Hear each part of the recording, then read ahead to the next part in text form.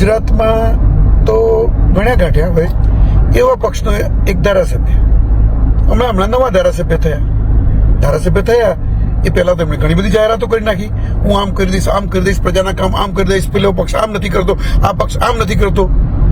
અરે મારા ભાઈ, ધારાસભ્ય થયા પછી તમે એક પ્રજાહિતનું કામ કર્યું હોય તો મને બતાવો. પોતાના વિસ્તારમાં તમે કોઈ જાહેરાત કરી હોય કે મારી ધારાસભ્યની ગ્રાન્ટ આવશે, ચલો કદાચ ન મળી હોય તો આવવાની તો ખરી જ, બધા ધારાસભ્યોને મળે છે, એમને પણ ગ્રાન્ટ મળશે કે મારા ધારાસભ્યની ગ્રાન્ટમાંથી હું આટલા પૈસા આ ગામમાં આપીશ. અરે અત્યારે જે ખેડૂતો બિચારા તકલીફમાં છે એ ખેડૂતોની સામે પણ કે એમના માટે પણ તમે તમારા વિસ્તારમાં જઈને કોઈ ખેડૂતને વાત કરી? માત્ર ને માત્ર ટોળા ભેગા કરવાના, ફાંકા ફોજદારી કરવાની, ભારતીય જનતા પાર્ટીને બાંધવાનો, ભારતીય જનતા પાર્ટીના નેતાઓને બાંધવાનો અને પબ્લિકમાં તાળીઓ પડાવવાની. ફાંકા ફોજદારી વસ્તુ અલગ છે, પ્રજાહિતના કાર્યો અલગ છે.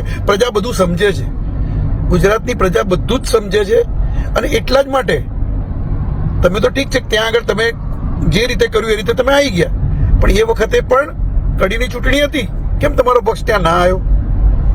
એટલે આ બધું વિચારવાનું છે.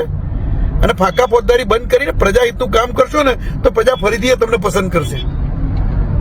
ભારતીય જનતા પાર્ટીના કાર્યકર્તાને, ભારતીય જનતા પાર્ટીના ધારાસભ્યોને, ભારતીય જનતા પાર્ટીના નેતાઓને પ્રજા એટલા માટે પસંદ કરે છે કે જમીન પર જઈ અને કાર્યો કરી રહ્યા છે.